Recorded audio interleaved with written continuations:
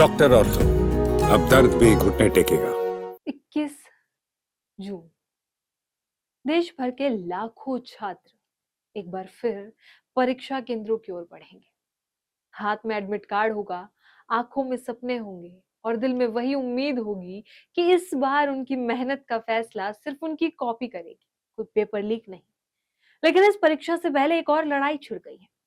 लड़ाई किसी coaching centre की नहीं, किसी छात्र संगठन की नहीं, बल्कि दुनिया के सबसे बड़े मैसेजिंग प्लेटफॉर्म में से एक टेलीग्राम और भारत सरकार के बीच है। सरकार ने नीट यूजी री एग्जाम से पहले देश में टेलीग्राम पर अस्थायी रोक लगाने का फैसला किया।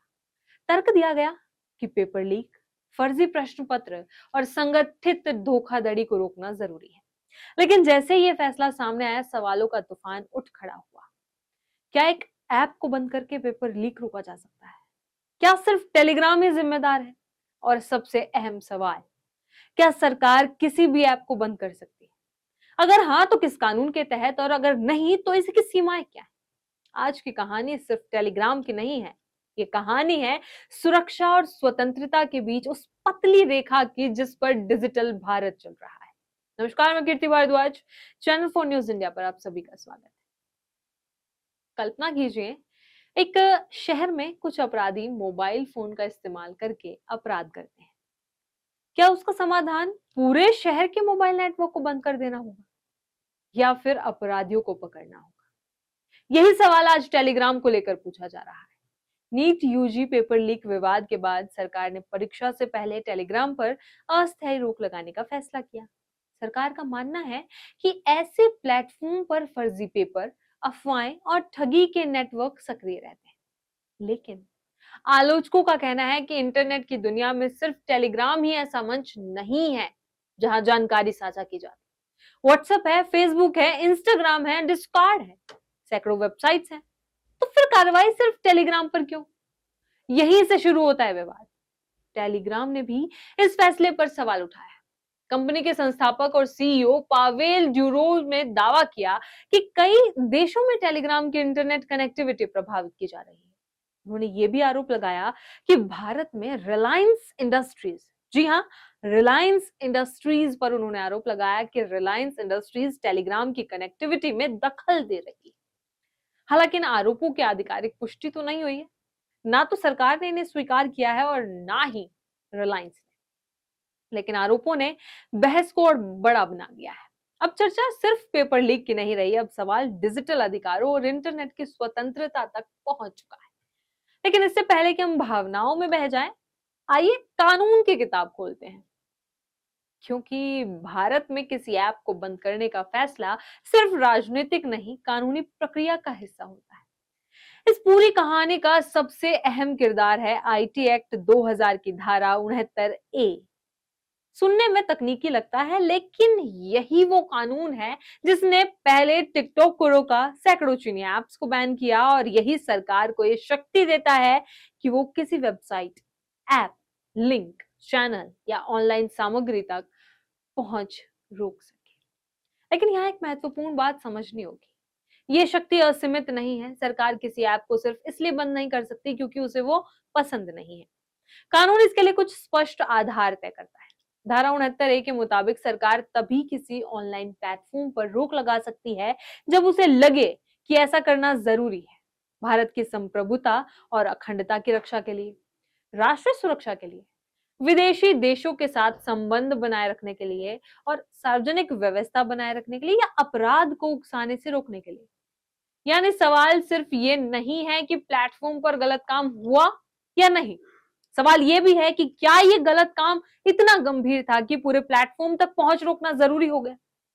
अब मान लीजिए किसी एजेंसी को लगता है कि कोई ऐप राष्ट्रीय हित के खिलाफ इस्तेमाल हो रहा है, क्या अगले ही मिनट ऐप बंद हो जाएगा? जवाब है नहीं। इसके लिए एक प्रक्रिया होती है। सबसे पहले संबंधित एजेंसियां रिपोर्ट तैयार करती है, फिर मामला इलेक्ट्रॉनिक्स और सूचना प्रौद्योगिकी मंत्रालय तक पहुंचता है। इसके बाद एक अंतर मंत्रालय समिति आरोपों की जांच करती है, विभिन्न विभागों के अधिकारी बैठते हैं, सबूत देखे जाते हैं, रिपोर्ट पढ़ी जाती है और फिर तय किया जाता है कि कार्रवाई जरूरी है या नहीं। अगर समिति संतुष्ट हो जाती है तो आईटी सचिव की मंजूरी के बाद ब्लॉकिंग आदेश जारी किया जाता है। यानी कागज पर देखें तो प्रक्रिया बहुस्तरीय है, लेकिन कहानी का दूसरा पहलू भी है। कभी कभी सरकार के पास इंतजार करने का समय नहीं होता।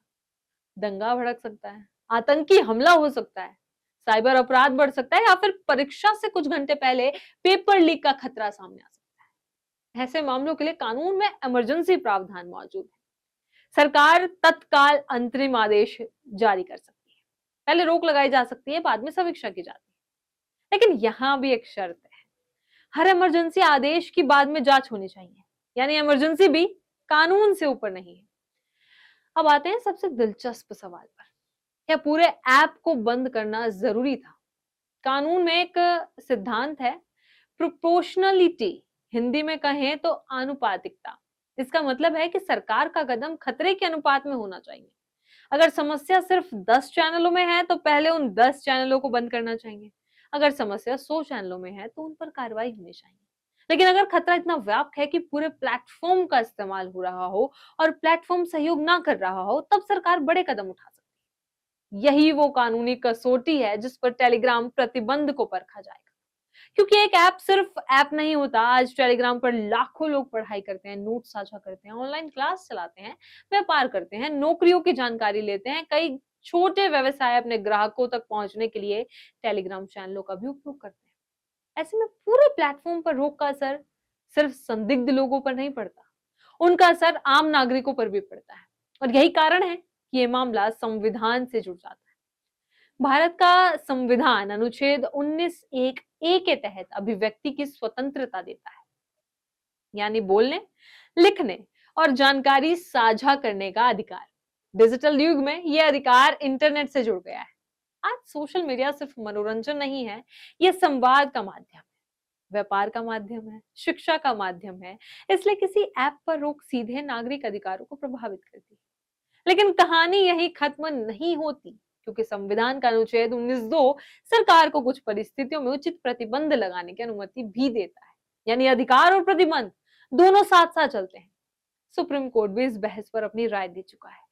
श्रेया सिंगल बनाम यूनियन ऑफ इंडिया मामला भारतीय इंटरनेट इतिहास के सबसे महत्वपूर्ण मामलों में गिना जाता है। इस फैसले में अदालत ने धारा 69(a) को संवैधानिक माना, लेकिन साथ ही एक चेतावनी भी दी। अदालत ने कहा कि सरकार की शक्ति मनमानी नहीं हो सकती।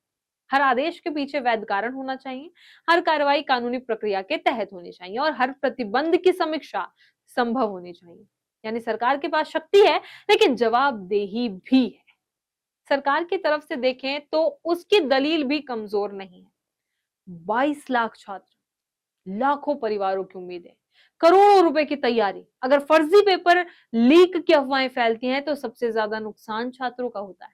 फर्जी गिरोह छात्रों और अभिभावकों से पैसे ऐंठते हैं, मानसिक तनाव बढ़ता है, परीक्षा व्यवस्था पर भरोसा टूटता है। ऐसे में सरकार ये कह सकती है कि अस्थायी रोक एक सुरक्षा कवच है, स्थायी प्रतिबंध नहीं, सिर्फ परीक्षा अवधि के लिए एक ऐतिहासिक कदम। तो आखिर सच क्या है? क्या टेलीग्राम पर रोक सही है या डिजिटल स्वतंत्रता पर सवाल खड़ा करती है? इसका जवाब शायद अदालत देगी, या शायद जांच एजेंसियां देगी, या शायद समय देगा। लेकिन एक बात साफ है, डिजिटल भारत के सामने नया दौर है, जहां एक तरफ साइबर अपराध है, पेपर लीक है, ऑनलाइन ठगी है, और दूसरी तरफ अभिव्यक्ति की स्वतंत्रता, डिजिटल अधिकार और खुला इंटरनेट।